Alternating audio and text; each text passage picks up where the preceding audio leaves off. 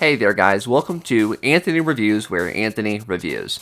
Back in the late 2000s and early 2010s, if you were a DC Comics figure collector, there were two main resources for you to go to. You could do DC Universe Classics and eventual Multiverse from Mattel, or if you're looking for something a bit more artist-specific, you could go to DC Direct, where they had their more adult collector figures, and once again a bit more geared towards specific storylines and art styles. Around the start of the New 52, DC Direct changes to DC Collectibles. Now they've got a whole line of action figures that are more or less meant to be in one particular line, adapting some of those New 52 designs. While they still had lines that were more dedicated to artist-specific stories and even adaptations of things like animation, they were really going for that sort of mainline figure that you could buy at comic book stores, which were sort of competing with Mattel's DC line.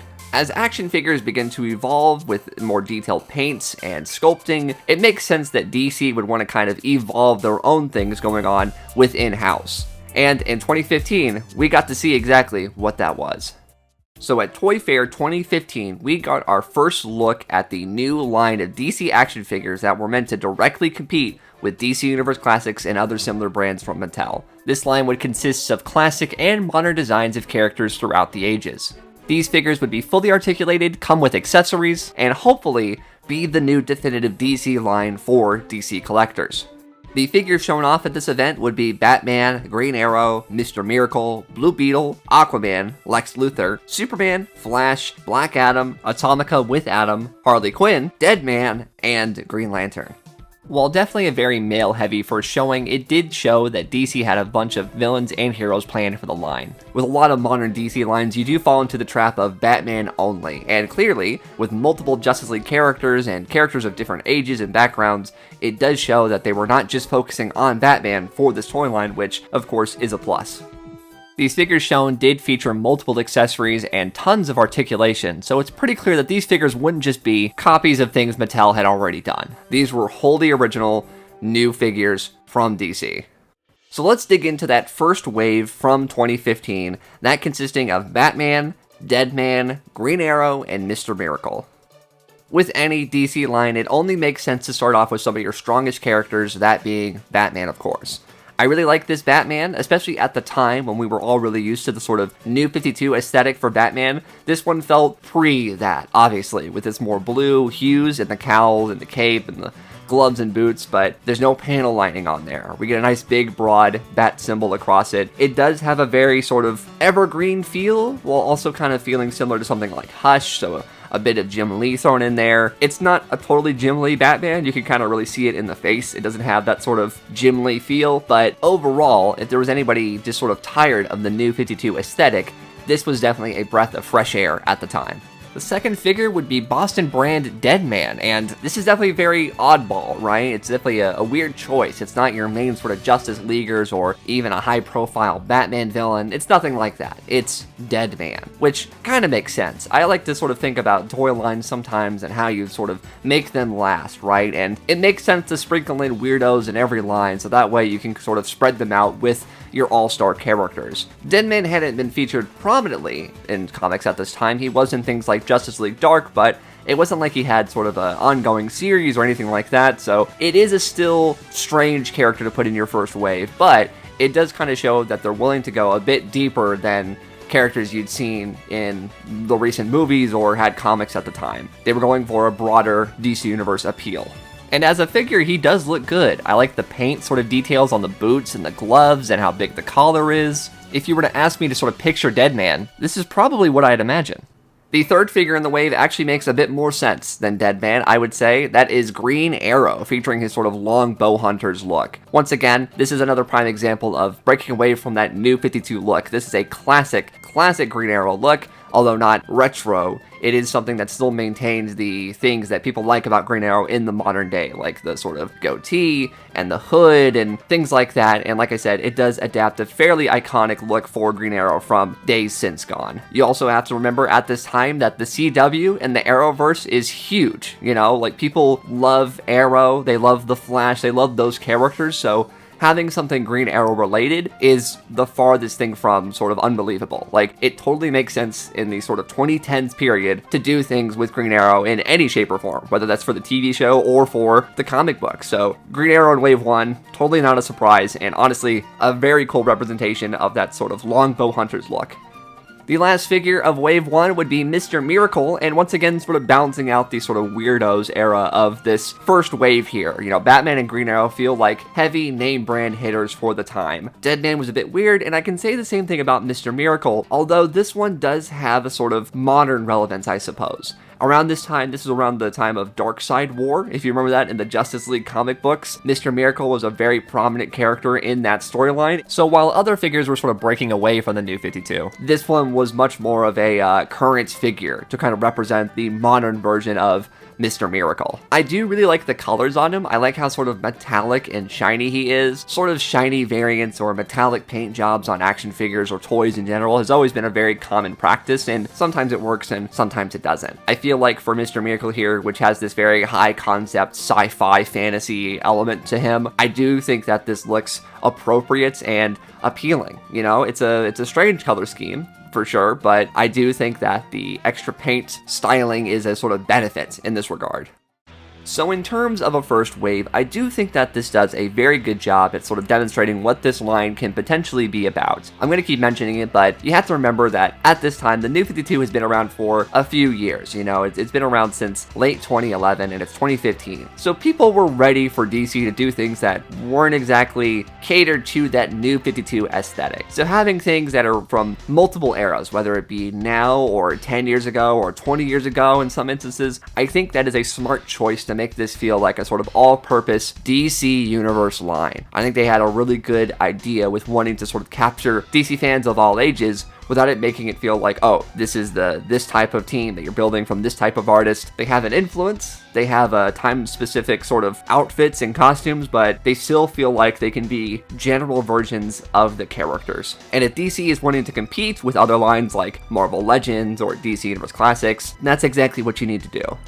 Now that we have this first wave of figures in our hands though, let's talk about the elephant in the room regarding this line, the first misstep, if you will, regarding DC Icons, and that is the scale. DC Icons aim to be the definitive 6-inch DC line, and when they say 6-inch, they do mean 6-inch. For those of you who are unaware, most action figure lines that you'll find today for Star Wars, Marvel, other brands like that, will be in the 6-inch scale, but they aren't actually 6 inches. They're actually a little bit bigger than that. And for DC, they went for an actual 6-inch scale, which didn't go in line with the other toy lines out there. So if you wanted to sort of put your DC Icons next to your other DC Universe Classics or even Marvel Legends or Star Wars Black Series, these just would not work. They were much smaller and really not in scale with any other major brand. So while it is most important to have your own figures scale with each other, it is something to be aware of for fans that collect multiple lines in case they want to kind of put them together.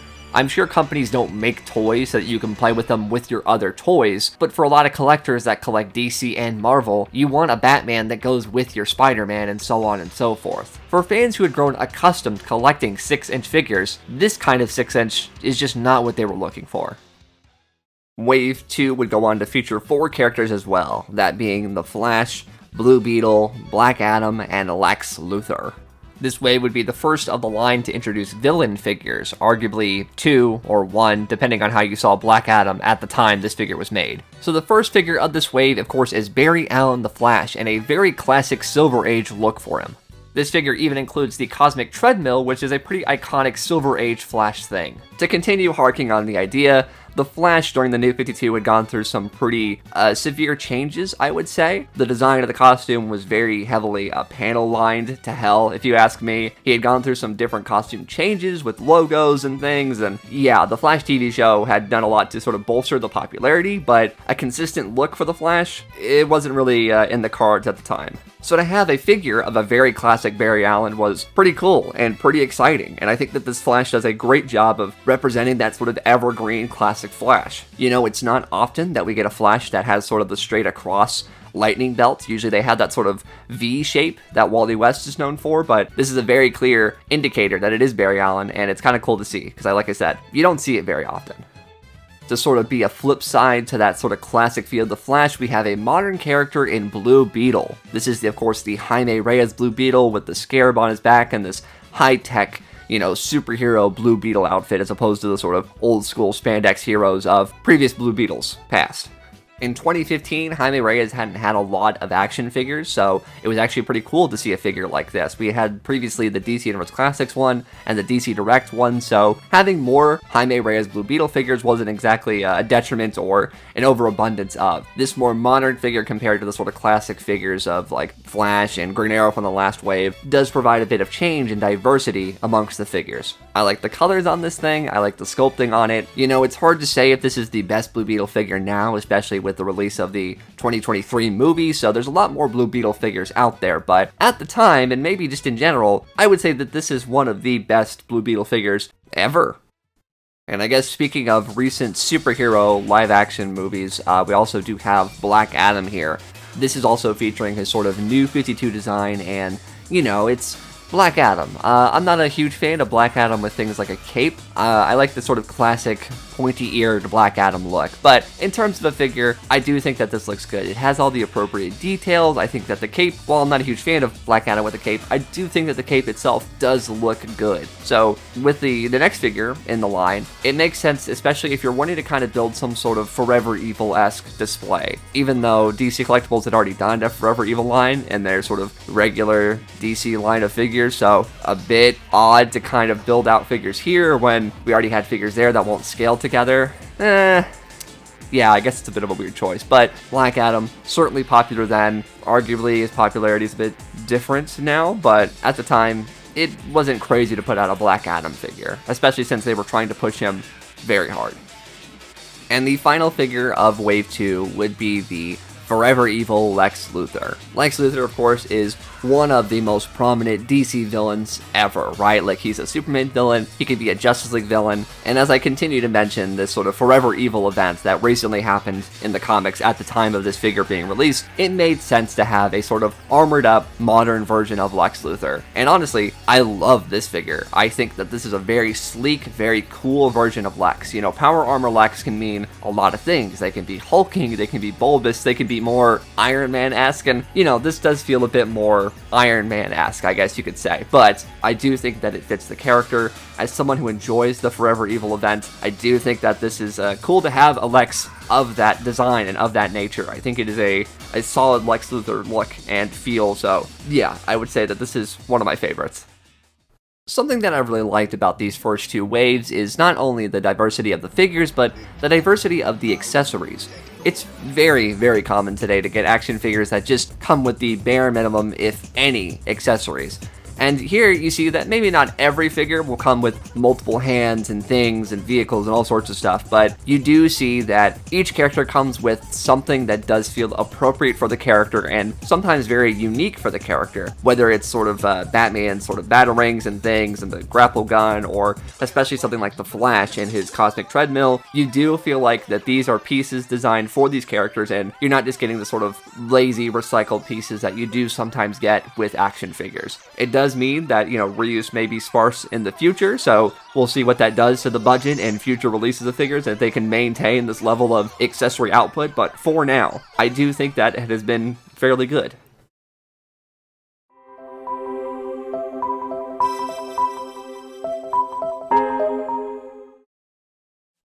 Now, back to Green Lantern on DC Nation. The last DC Icons figure to be released in 2015 would be a deluxe figure, that being Hal Jordan Green Lantern. So at the time in the comics, Hal Jordan was the Green Lantern. He was sort of leading the Green Lantern book, and, I say that, but so many Green Lanterns had books at this time. It was a crazy time to be a Green Lantern fan, because it felt like everyone had something to do. But even then, on stuff like the Justice League, Green Lantern was Hal Jordan. That's just how it was. So you do have a new 52 design of the character here. You'll notice some of the details on like the shoulder pads and everything. It's a bit more modern, flared up than say a standard sort of Green Lantern look. And of course, what makes this deluxe is all of the accessories. So for Green Lantern, it makes sense for him to come with constructs and things, and that is the exact point of this set. You get this whole like mech armor suit. I guess that's like a flight suit, really. I guess, it makes sense for Hal Jordan to have some sort of flying motif. But you get all these pieces that can attach and clip onto the figure, and honestly feels very toyetic in a way that DC Collectibles and DC Direct and things like that don't always feel like. This does feel kind of special, and it has a very nice sort of play feature feel to it. So unique in that regard in terms of this DC Icons line. This does feel like it was a nice example of what they can do. They can do things that are both adult collector friendly, but also entice fans of just general 6-inch action figures. So it makes sense in that regard to sort of have figures that come with a lot of stuff and can be fun to play with. The shade of translucent plastic and the sort of general sculpt and paint of the Hal Jordan himself, I would say that it's pretty hard to sort of pass up this figure. The head might come off a slight bit pinheadish, but other than that, I'd say it's a very solid one. Before moving into 2016, let's take a look at San Diego Comic-Con 2015 for some final reveals of upcoming figures. So while showing off all the other previous figures we had seen at the previous convention, as well as some figures that had already been released, we got looks at 3 new figures, that being the Joker, Firestorm, and a new Green Lantern, John Stewart. New to the line, that is. It's not like John Stewart himself is new. This guy's been around for a while. While obviously a lot of these figures that they showed off at Comic-Con were ones we had previously seen, it was good to see just how many figures this line would have already going into 2016. Not to mention the exciting figures that would be coming out and the new figures that we got to see at this convention. Characters like Joker, I'm sure, are pretty high in demand, and characters like Firestorm are sort of filling in that sort of lower tier weirdo spots like Deadman and Mr. Miracle before them. So at Toy Fair 2016, DC just wanted to show you just how prepared and ready they were for this new line of figures. They've got a whole bunch of new reveals, and, we've barely gotten started with this line. The new figures showed off at Toy Fair 2016 were Swamp Thing, Wonder Woman, Cyborg, Deathstroke, Darkseid and Grail, Batgirl, a DC Icons accessory pack, and Static Shock. And you would think that would be enough, but hold on, we're not actually done yet, because we also got our first look at a giant multi-pack of the Justice League. This, of course, featuring characters like Superman, Batman, Wonder Woman, Green Lantern, Flash, Cyborg, and Aquaman. You get a full New 52 themed Justice League team. It almost comes off in sort of a daunting way just knowing how many figures they had planned this early on. Obviously in 2015 we got a pretty decent amount of figures, but that being 9 in total, and now before we even had a chance to sort of enjoy those and get excited for waves 3 and 4, we're seeing potentially years and years of future releases, and I mean, it's exciting. It's daunting like I mentioned before, but it's also exciting. It shows that they are fully committed to this line of figures, and as a collector, you can feel safe knowing that this could potentially go on for indefinite amounts of time. Who knows? So Wave 3 consists of 4 figures once again, all things that we had seen at Toy Fair 2015, all the way back at the start of this whole thing. Those 4 figures are Superman, Aquaman, Atomica, and Harley Quinn. So somewhat similar to the wave previously, we have 2 heroes and 2 villains, although this time we have 2 female characters to go along with the line, and of course Harley Quinn really makes a lot of sense here. Like, it's Harley Quinn, she's pretty much always been popular. Let's talk Superman.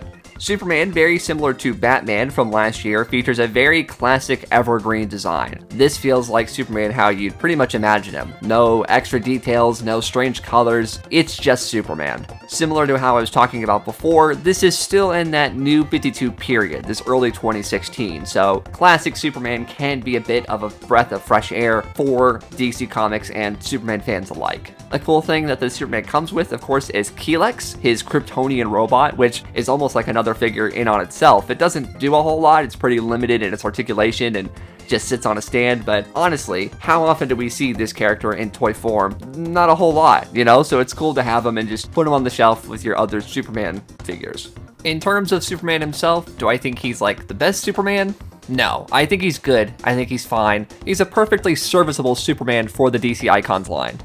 The next figure is Aquaman, of course building out your sort of Justice League line of characters. Aquaman had a pretty prolific New 52 run, so it does make sense to include him in this line, although this is a fairly classic look for Aquaman. nothing too crazy. He's got the short blonde hair, but he does come with a trident or a quindent, I guess, in this scenario. But he's also got some alternate heads, so it is a pretty standard Aquaman. So if you need Aquaman for your Justice League collection, or if you're an Aquaman fan in general, you do have a fairly nice, accurate Aquaman figure, which, hey, can't go wrong with that.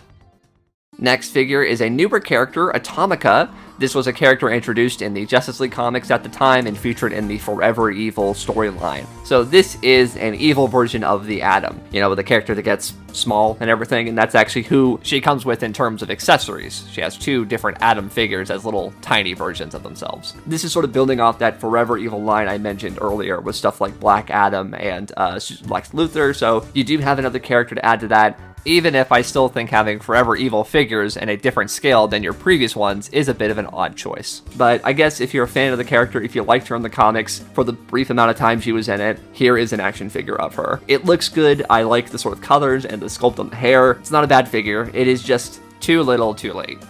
And finally, of course, we're going to have the Harley Quinn in her classic black and red Jester outfit. Now, Harley Quinn is somebody that's gotten a lot of figures over the years. As I mentioned earlier, she's a very, very popular character. But I will say, this might be my favorite. Just the entire way the head sculpt with the sort of Jester cap and bells and the colors and her smile, they all just sort of work. I mean, I don't know. It's just something about this one really sings to me. I think it works really, really well. And I have to keep saying it, but obviously at the time, Harley Quinn had not worn this outfit for a few years now. So a return to the classic Jester was welcomed by fans of Harley Quinn that weren't exactly vibing with the current version. This represented a Harley Quinn from the animated series and, some of the earlier comic appearances of her. So this one, as a Harley Quinn fan myself, I thought was perfect. I think this is a great, great figure, and honestly, could just be the definitive Harley Quinn figure.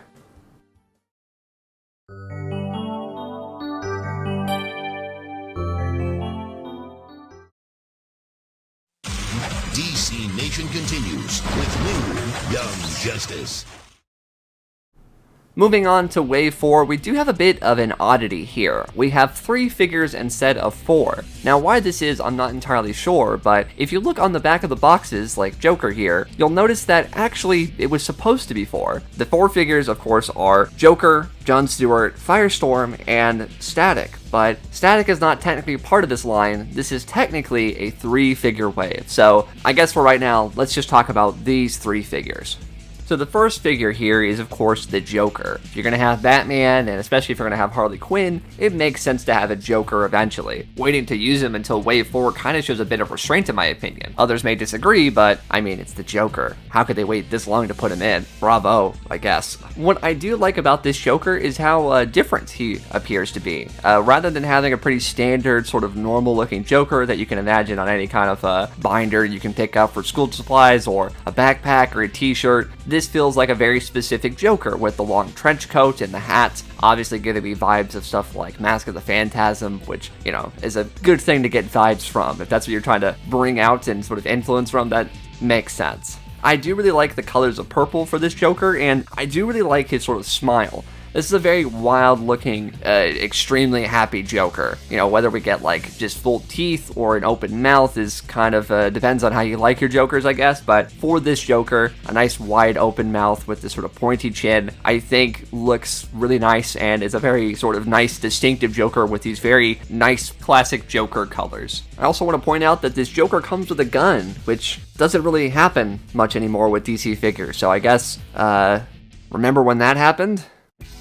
The next figure here is another installment in the world of Green Lantern, that being John Stewart. This John Stewart has, from the naked eye, a very different kind of Green Lantern suit, but for those initiated, this is very clearly the Mosaic suit. John Stewart had a run called Green Lantern Mosaic, where he had a very distinct and very unique Green Lantern suit, which will often be adapted into action figure form, and this is one of those times. I think one of the more unique features about this version of John Stewart in the Mosaic outfit is the sort of options for displaying him. You have these sort of alternate forearms that you can plug into his arms, and they give him more of an accurate look depending on which version of the outfit in the run that you're going for. That isn't something we often get with action figures like this. Alternate forearms is not exactly a common accessory that you can find with most action figures, so the fact that they included it with this John Stewart is actually really cool. Another piece I really like here is this sort of like green star effect. It's something that's replicating something from the comic cover that it's based on, but it's such a Green Lantern thing, you know, this sort of sparkle, like glisten, if you will, on a Green Lantern ring. It just adds a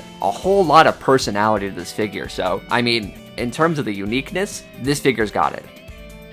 And the last figure in this wave, of course, is Firestorm. This appears to be a New 52 design. You can tell by the lack of sort of any kind of non-skin tight bodysuit details. It is just a nice, shiny bodysuit with a flaming head, if you will. Similar to the Mr. Miracle from the Wave 1, we have a nice metallic color, which I feel like does feel appropriate for Firestorm. You know, Firestorm isn't exactly a high-tier, super popular character, but he did make his appearances in the CW Arrowverse, so he had some notoriety around this time. And like I said, the sort of metallic, sort of yellows and reds of this outfit, I do think make it pop and stand out from other Firestorm figures. Well, so far it's been a pretty good year for releases, but now it's San Diego Comic-Con 2016, so let's see what DC has to show us. Well, not much. It's just the same stuff we'd seen before. They're showing the Batgirl again, they're showing the Darkseid and Grail, and they're showing that Justice League pack. So that's, wait, no, hold on. Does this Justice League look different to you? Yeah, they've completely changed how the figures look. While previous looks at these figures featured a sort of New 52 design, now all of the figures had pretty much been updated to a Rebirth design, which at the time was the sort of current comic book look for a lot of these characters. While certain characters like Flash, Green Lantern, and Cyborg featured little to no changes in their character, other characters like Aquaman, Wonder Woman, and especially Superman and Batman featured massive changes to their designs. It would seem that the main reason for this change is just because of the comic books at the time. DC had gone through a complete relaunch with their books with DC Rebirth, hoping to sort of tie in the previous continuities with what had been replaced with the New 52. So in order for that to really work, DC was hoping to push a lot of those designs and a lot of those characters as opposed to the New 52 looks that had been already promised in these figures. While those were the only items physically there at San Diego Comic-Con for DC Icons, we did get images and teases of figures to come, hopefully within the next year. Those figures being Booster Gold and Blue Beetle, Shazam, Sinestro, Etrigan the Demon, and Catwoman. I'm sure those figures will be great when they eventually come out. That is, well, we'll get into it later. The next release that we had in 2016 was the first accessories pack. This being a set of, well, accessories. It's pretty much how it sounds. The accessory pack includes Jay Garrick's helmet in a display case, 2 batarangs, 2 laughing fish, what appears to be a grapple gun, I assume, Chip and/or Badge, the Green Lantern, I honestly can't tell, some Green Lantern accessories like a blast and a shield, and 4 arrows for Green Arrow. I really like the idea of an accessory pack. Do I think it's necessary?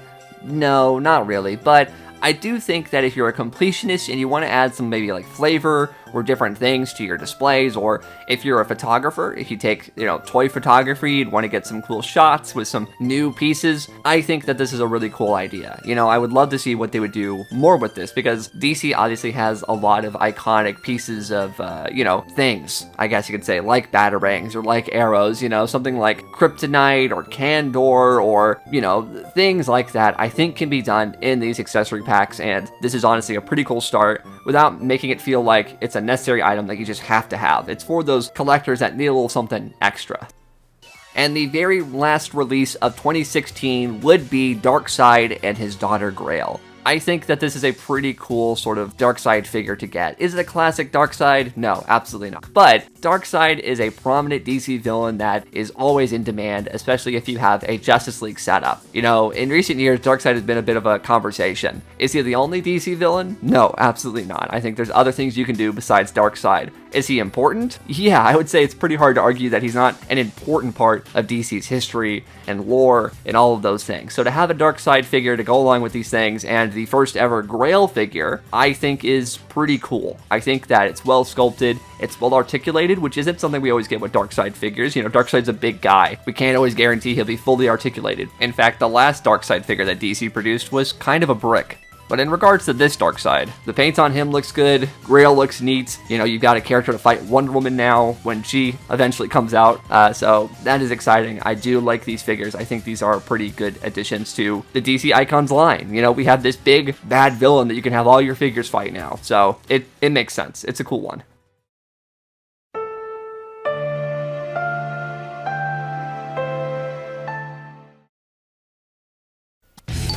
You want to come in and join the party? Sweet. Oh, yeah, baby! Now you can start your Saturdays Titans, go! with a full hour of your favorite Kids WB superheroes, Teen Titans and the Batman. I've heard you're good. Thanks. I'll drive! Oh dear. So start your weekend with Teen Titans, followed by the Batman at its new time. It all begins next Saturday at 8, 7 Central and Pacific on Kids WB. Going into 2017, it seems like DC Icons has a fairly strong footing on what it's trying to do and the type of action figure that it's trying to bring to the collector market. The first thing that we get to see released in 2017 would be the Batgirl with her Bat Cycle. This Batgirl is a pretty good example of doing something that's pretty new and recent at the time of this figure being made, at least in terms of the normal figure making process. You gotta think about whenever a figure comes out, they usually start on that thing like 2 years prior. This featured her Burnside outfit, which was her then current outfit. This was a redesign that happened in the New 52 to give her a bit more of a modern, sleeker, youthful look, and I mean, for the most part, it succeeded. While this isn't a design that I particularly like, I do think that this figure captures it really, really well. This sort of leather outfit with sort of almost thrown together pieces like the boots and the cape, and I think that it has a nice homemade style to it, and for this figure to represent those things and, you know, sort of represent a modern Batgirl, I think is a very smart thing to do. Batgirl has had her fair share of figures over the years, whether it be Barbara Gordon or else, but in terms of this design, this is the first crack at doing that modern design, and overall, I think it is a good job with its alternate accessories and its exclusive Bat Bike. So, you know, having a figure come with a sort of vehicle, I do think is a bonus with anyone. Oh, wait, the Mattel DC Multiverse line. That did Batgirl too. Well, still, this one's still better.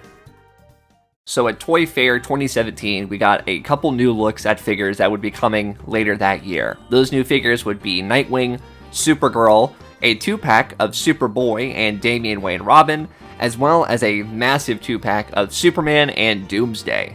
These new figures shown off definitely showed how DC was focusing on two of their biggest name brands, Superman and Batman. Whether they were releasing those single characters alone, they were definitely wanting to dig into their expanded universe of other characters and lore. Not to mention, it was inevitable that characters like Nightwing and Robin would make it into the line, and as you can see, the Super family seems to be their other main focus, bringing in characters like Supergirl and the new character Jonathan Kent, Superman's son, as Superboy. And maybe it's my bias showing, but anytime you bring in Doomsday into the works, I get a little excited. I'm just gonna say it. So the first full wave of 2017 would be Wave 5, consisting of 5 figures this time, that being Static, Swamp Thing, Wonder Woman, Cyborg, and Deathstroke. So as we talked about earlier, it would seem that Static was pushed back for one reason or another, and now he's being placed in the sort of Wave 5 assortment, which at least he was able to get out there. That's what's really important. The Static chosen for the DC Icons line is certainly an interesting one. Obviously, when you think of Static, you think of Static Shock. You know, you think of the cartoon that aired on Kids WB, and the more modern interpretation of the character. That is not what this figure is meant to represent. This is sort of an OG, milestone, first appearance Static from that era. So if you're a fan of those 90s comic books and the Milestone comic books, this was probably a really big deal. You probably never thought you'd ever get a Static featuring his original design. But if you're a fan of Static Shock from, like I said, the Kids WB 2000s era or anything past that, this probably looks a bit strange, a little weird. The idea of wearing a hat over any kind of masked superhero suit is definitely an odd choice, but I do feel like it was meant to kind of modernize and, at the time, make it feel like it represented the youth that were reading the comics at the time. Next figure we have in the line is, of course, Swamp Thing, and I do feel like this is an interesting choice. I feel like most Swamp Thing figures and how he's represented in both movies and comics and all sorts of stuff represents this guy as like a big, hulking man, right? Like Swamp Thing is not an average sized person. However, in this line, he is a bit smaller. He's a bit more regular size compared to his sort of Swamp Thing counterparts. And I do think that is a bit of a weird choice. Now, I'm not a Swamp Thing expert. You know, I don't know everything about Swamp Thing. I've really engaged very little with Swamp Thing's media, but I don't know. Like I said, I'm sure many of you, and myself included, imagine Swamp Thing as this sort of bigger, bulky guy. And that is not what this figure is. I guess for what the figure is, it is a nice figure. It's nicely painted, it's nicely sculpted, it has all the things you would expect from the DC Icons line, this sort of uniqueness to the mold that you don't expect them to reuse anytime soon. I think that is a plus, but it may not be what many fans were expecting when you hear Swamp Thing figure. Next up would be the first Wonder Woman of the line, that being Wonder Woman featuring her Amazo Virus suit. So this was an outfit that she wore during an arc during the Justice League during the New 52, so it's basically her New 52 design, just a little bit different, a little bit more war-ready, a bit modern, and actually debuted before the Gal Gadot Wonder Woman design. So this actually predates that and does feel a bit influential on where Wonder Woman would go moving forward. In terms of Wonder Woman looks, I think that this look is pretty fine. Obviously, the New 52 had kept this sort of red, blue, and silver look as opposed to her normal gold, and while I'm a bit tired of it now in terms of the sort of battle skirt and the overly armored Amazonian designs, I do think at the time it was a bit different, it was a bit unique, and I think that as a toy, as a figure, I do think that she looks good. Is it my favorite Wonder Woman design? Honestly, no. But I do think that it does a good job sort of translating the artwork from Amazo Virus to figure form. Although one thing I do want to address with this figure is the head sculpt. The head sculpt that we now see on the figure is not the initial one shown off when this figure was first revealed. In fact, it's an entirely different sculpt. While I can certainly agree that the original one maybe looked a little bit off, I can't say that the new head is that much better to me. Something about the general shape of it just comes off as odd to me. I guess that Amazonian princess is just a little bit harder to crack than other characters. Next figure to be released is another character with a modern design, and that is Cyborg. This Cyborg is based off of his design introduced in Forever Evil, so yet another Forever Evil figure introduced in the DC Icons line, which, you know, as a fan of Forever Evil, I mean, I like it, but I've made my peace with this, right? I've said my piece about all the things with Forever Evil and why it's kind of an odd thing to do in this line. But either way, let's talk about Cyborg. This is a fairly good cyborg, right? It's a robot guy, face exposed, you know, it's what you'd expect for the most part. He does have a logo, which is kind of unique for Cyborg. That's kind of cool. I do think that the red on the outfit, just here and there, does add a little bit of a highlight, a little bit of an accent, which is good. In terms of accessories, Cyborg comes with a lot, which is really the main reason to get him. If you like things like alternate arms and weapons and all of that, then yeah, this Cyborg is perfect for fans who like to sort of customize and change their figures in a way. So while Cyborg has had his fair share of figures over the years, especially after this point where he is in the Justice League, I do think that this is a standout one. It's sleek, it's cool, well detailed, well painted, and like I mentioned, a ton of cool accessories for you to mess around with and adds a little bit of a play factor to the figure. It made sense to add him in this line, and I'm glad that they did.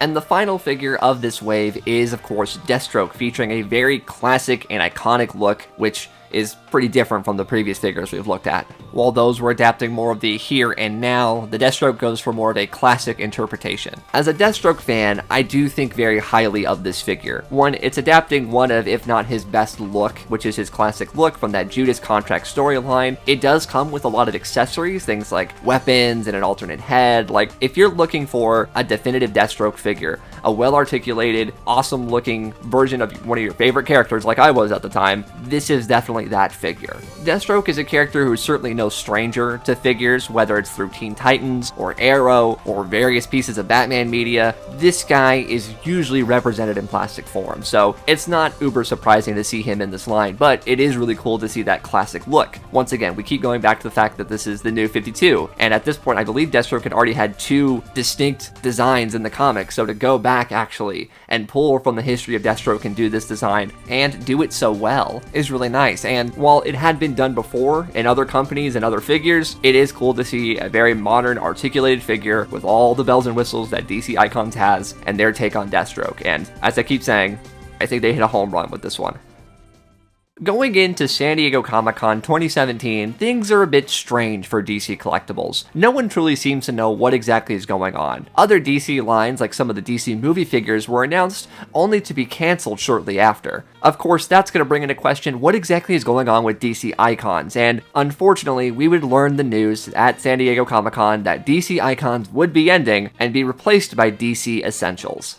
Now, this is not a video about DC Essentials, so I won't be going into that toy line here, but just know that these are different scaled figures with a completely different design motif and hopefully will bring in more money than the DC Icons figures had for DC Collectibles at the time. It would seem that making figures slightly out of scale with stuff like Marvel Legends and DC Universe Classics / Multiverse just wasn't the thing that they could sustain after a while. All those original sculpts and accessories and details just weren't paying off in the end for DC Collectibles, unfortunately. So going into the second half of 2017, we realized that this is going to be the end of the DC Icons line, but let's see if the figures that they managed to release actually stick the landing and end on a good note.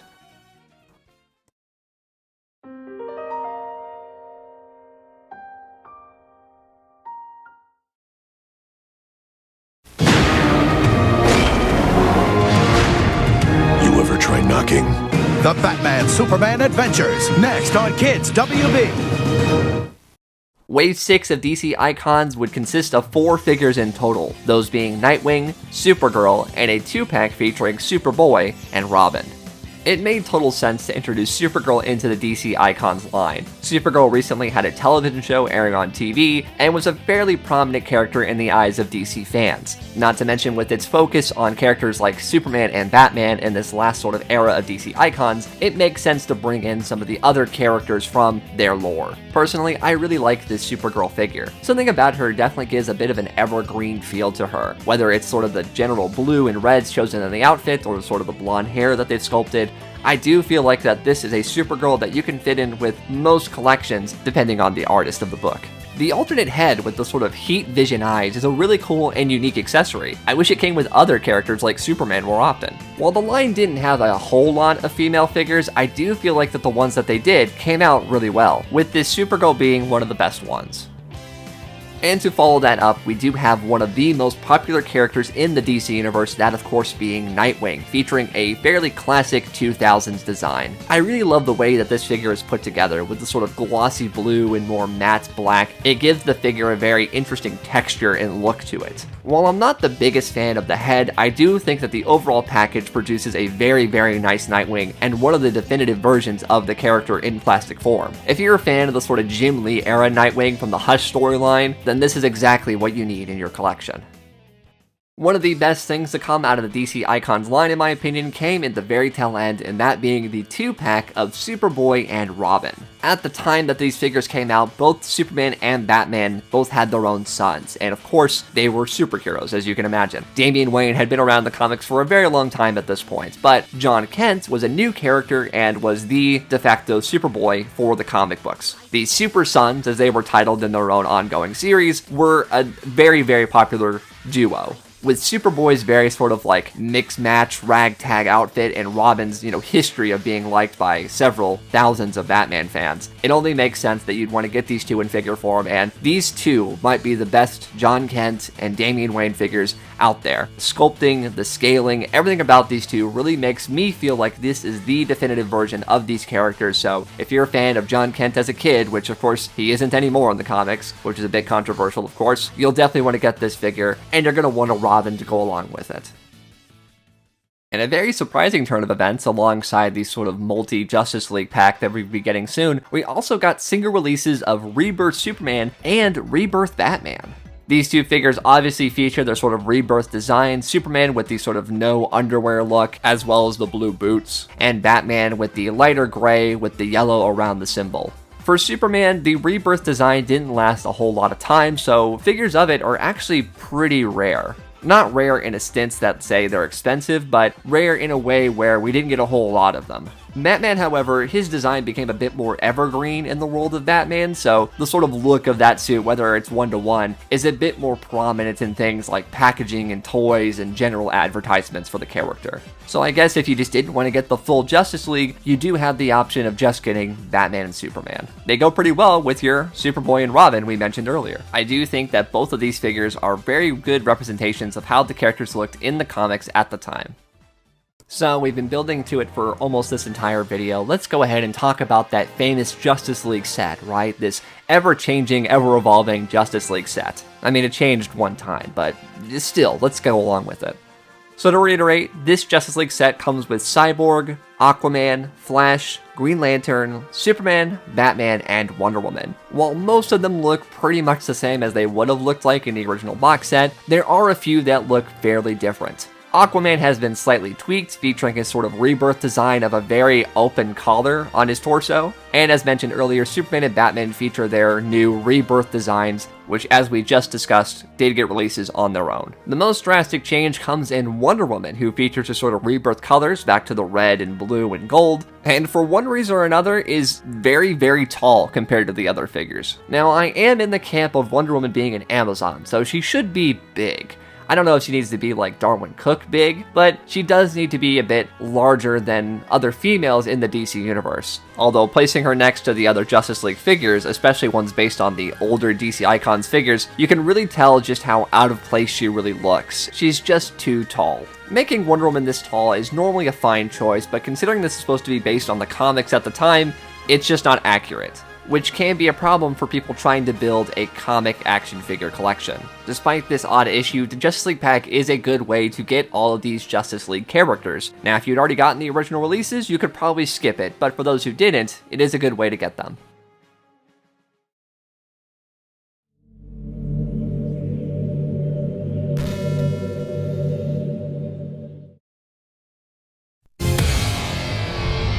Just got word from the man. After this Saturday, we're losing Beware the Batman forever. There's no need to panic. So we're gonna run all the unaired episodes back to back to back, starting at 2:30. That means just for this weekend, no Hellsing Ultimate. It's the Beware the Batman blowout. This Saturday starting at 2:30. Pour one out for the Dark Knight. It wasn't supposed to end like this. Only Toonami on Adult Swim. And then, finally, almost in its symbolic nature, we have the final set to ever come out of DC Icons, that being Superman vs. Doomsday. This 2-pack might be one of the best Superman sets in action figure history. Coming with one of his most evil and hated villains, Doomsday, this look at Superman is a horrific one, especially for action figures. Rather than having a fairly standard Superman, clean-cut, full suit, this Superman is tattered, bruised, bloody, and even comes with an alternate head with his eyes closed, as to suggest that he is in fact dead. I really like this 2-pack, as you can probably imagine by what I'm saying. The Doomsday is really well sculpted. I think that it might be a little small compared to other figure lines, but for the DC Icons line, it is very appropriate and very nice. Something we don't often see with Superman is his body hair, and I do think that it looks good and appropriate for this Superman figure. Everything about this 2-pack feels unique and premium to me. The destroyed rubble around Superman, something that you can literally lay him down in to sort of replicate the comic book art, is something you don't always get with action figures. Sometimes you get display pieces or accessories to sort of liven up the figure, but essentially his deathbed of concrete is a pretty unique item for an action figure. Stuff like this sort of wood spike sticking out and his cape blowing in the wind is a wonderful touch, and of course a wonderful shout out to the original Death of Superman comic book cover. Earlier I alluded to the fact of whether or not this line would go out with a bang, and honestly, just like Superman himself, I do think it went out with the biggest possible bang that it could have. And so that was the end of DC Icons. Those were all the figures that they released from 2015 all the way to 2017. But what about other figures? Well, it would turn out that they left quite a bit on the chopping block for DC Icons, which is definitely upsetting quite a few fans even to this day. As of right now, we know of 7 figures and 1 accessory pack that did not see the light of day. Those being Shazam, Sinestro, Deadshot, Catwoman, Etrigan, Blue Beetle, and Booster Gold. Now, as we talked about earlier, it would seem that DC Icons just wasn't hitting the exact market that DC was hoping for. Maybe making all those sort of individual body sculpts and individual accessories and things like that just wasn't worth it for DC in the end. Because of that, these figures are now forever lost to time. A character like Sinestro would honestly go really well with someone like Green Lantern, of course. And Catwoman, being a very primary Batman villain and love interest, is something that is always welcome in a toy line. Her Nightfall look does make me wonder if they were going to do other 90s Batman figures. Deadshot, a prominent member of the Suicide Squad, makes sense to have in a line like this. This had potential to be the best Deadshot figure ever made. Etrigan, a character that we rarely see in action figure form, could have been the definitive Etrigan figure had he come out. And of course, characters like Blue Beetle and Booster Gold are always welcome to DC diehards who are fans of Justice League International. It is a shame knowing that these two figures were so close and yet never came out. And finally, the last thing to not come out was a second accessory pack. This accessory pack would have included a Green Lantern construct fist, 2 Starros, Flash hands, a glass case containing the helmet of Dr. Fate, a Harley Quinn baseball bat, a pie with a bomb in it, and of course, Batmite. Really a shame we didn't get these. As revealed earlier at San Diego Comic-Con, DC Icons would go on to be replaced by DC Essentials, a larger scale figure line with far less accessories and a more basic body to be repainted over and over again, and of course that line too would eventually die out. I think if you've gotten in this far into the video, you should know that I'm a fairly big fan of DC Icons. While I didn't do everything perfectly, I do think that it was a perfect example of what to do with the DC line. You adapt classic designs that fans have been loving for years while also bringing in new things that are current and now. While it probably didn't make much financial sense, having those individual fully articulated sculpts really did make each figure feel special and worth it. DC has had a lot of toy lines over the years, over the decades even, and this line did its best to stand out and be unique. Despite the line's shortcomings and premature death, it will always hold a special place in my heart. I honestly do believe if this had time to sort of grow and continue to change, it could have been the DC line for fans then, now, and possibly forever. Unfortunately, that's just not the world we live in. But DC fans continue to buy figures, other companies will continue to make them, it's just how life goes. But for now, I would like to remember and thank everyone that worked at DC Collectibles on the DC Icons line. These figures are great, and for me, won't be forgotten. Thank you guys so much for watching my video on the DC Icons line from DC Collectibles. I made it very clear that the DC Icons line was one of my favorite DC lines, and it still is to this day. I just think it had so much to offer, and even compared to figures that come out now, it is a very cool one. If you have thoughts or opinions on the DC Icons line, I'd love to hear them in the comments below. If you have a favorite figure, or maybe a figure that you wish that they did. Obviously, they could have done so much more than what they had the chance to, so it is kind of exciting to think of the what-ifs in terms of DC Icons. If you like this video, feel free to check out some of my other videos. I do have sort of retrospect history ofs in the terms of DC figures and other ones as well. I did one on the G.I. Joe Pursuit of Cobra line. So if you're interested in that kind of thing, if you liked this video, feel free to check those out. Feel free to subscribe for more videos in the future. I do all sorts of toy reviews and unboxings and toy related stuff. But I guess that's really it. Thank you guys again so much for watching, and take care.